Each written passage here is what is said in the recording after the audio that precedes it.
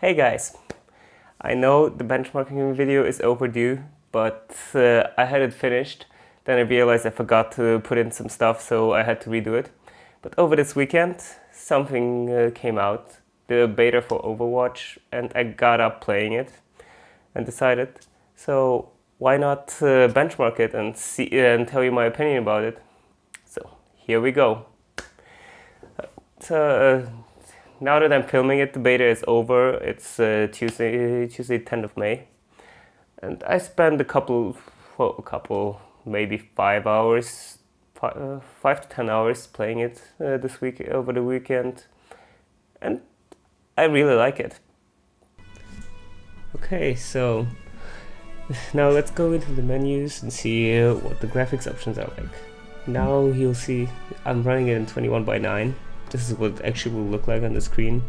So basically when you run it in full 21:9, it runs 1080p with black bars on the side.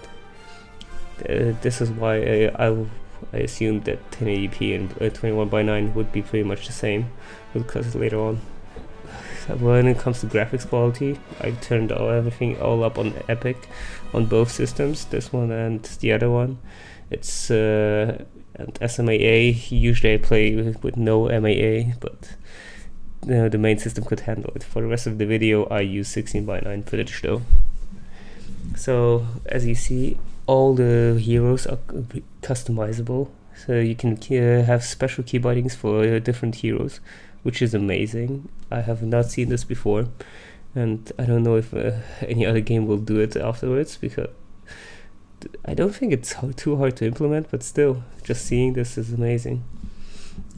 Sound quality, yes, the sound, it's okay. So now let's go over to some gameplay and see what it will look like. Yes, so playing the game. This is a match of payload, which is basically my favorite. I'm on defense now. We have to defend an area where they get to the payload. As soon as they take it, they have to push the cart away to our base. There's three. I think I mostly only played 3 modes, and all these modes are already known, but it's a fun variation of it. So in the end, one of the modes is payload mode, the other is just King of the Hill, and the final one is just one team defends 2 points, the other team attacks 2 points. Okay, now let's see what it actually performs like. Performance, red bars, the 390 on 1080p, basically 90 FPS.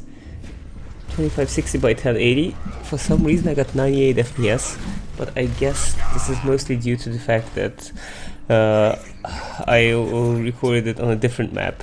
There the FPS might have jumped up, or I might have not had like a hiccup that I had on 1080p, but I would suppose that 1080p and 21:9 would give you the same results. When it comes to the 380 had 50 FPS with max MSAA, but I would recommend just turning it off. You get basically 60 FPS at this point. Yeah, it is a good game.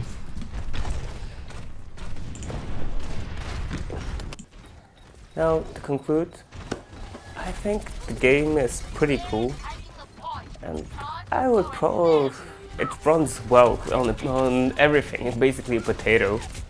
As you've seen, I put up ridiculous settings, and the 380 was able to handle them easily. Well, the 380 is not a slouch, to be honest, but still. You can see if you play around with settings at 1080p, basically anything can run it easily.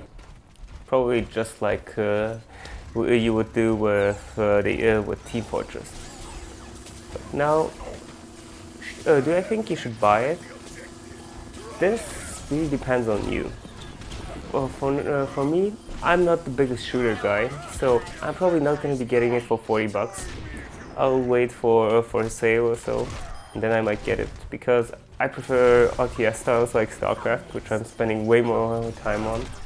So I will be saving my money until a sale comes around.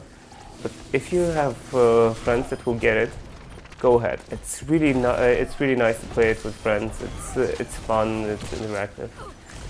But if you're not into shooters, it's an unrealistic shooter. So if you like playing COD, Team Fortress, these kind of things, go ahead. But if you're more a Counter-Strike kind of guy, you might not truly like it.